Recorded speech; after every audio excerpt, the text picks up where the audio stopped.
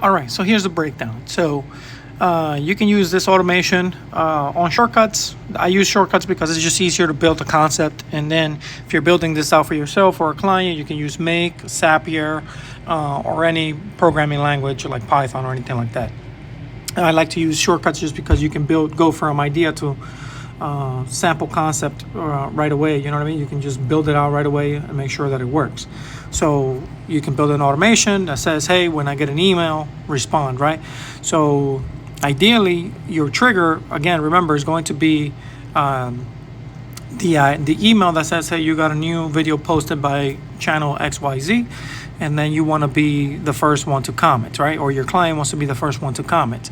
And let's say you want to automate it with some AI. What you want to do is probably get some details about the video. So if you do something like this, where you get, again, using the YouTube API, you can feed it the YouTube video ID, again, and get more details about the video. In this case, you can get the title, you can get the description, any links, anything like that. And then you can say, hey, ChatGPT, make me a comment that says X, Y, and Z and includes my link or content, or I don't know, engaging content to, engaging comments so that people respond to me or whatever, right?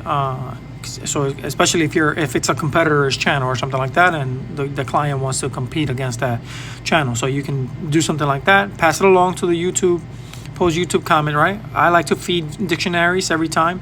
So I'm going to feed the video ID, and then the comment I want to post, which this content here would be the AI, what the AI is producing, which then gets fed into the actual snippet dictionary, which then goes into the post, right? So it'll go and post your comment on YouTube or the YouTube channel or the channels that the client you're building this automation for.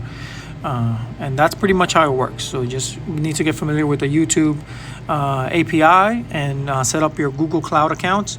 That's once you get past that and get familiar with Google APIs, this is smooth sailing, and you'll be able to build these out easily.